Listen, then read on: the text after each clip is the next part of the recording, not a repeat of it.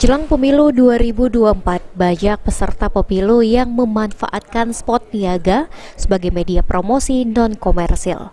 Terkait hal tersebut, pihak Bapenda Palembang mengeluhkan minimnya penerimaan pajak reklame, lantaran penarikan pajak tidak bisa dilakukan. Diterangkan Kepala Bapenda Palembang Herli Kurniawan, jelang pemilu ini banyak peserta pemilu yang memanfaatkan spot reklame niaga sebagai media promosi kegiatan politik, individu, dan organisasi. Karena tidak sesuai peruntukannya, pihak Bapenda tidak bisa melakukan penarikan pajak.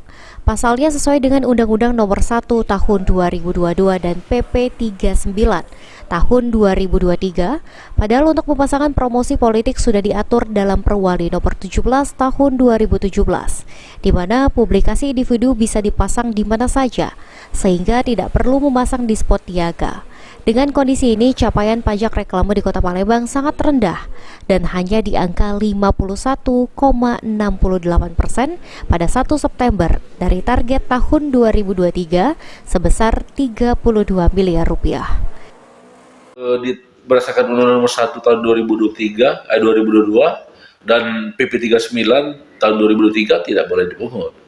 Nah, sementara lokasi-lokasi reklame yang komersil sekarang ini ya marak dipasang oleh gambar-gambar atau publikasi individu yang menurut aturan tidak bisa kami pungut, hingga capaian untuk target reklame sangat rendah. Itu masalah. Diharapkan pihak-pihak tersebut pemilu dapat memahami kondisi ini dan segera memindahkan promosi kegiatan politik dari spot niaga.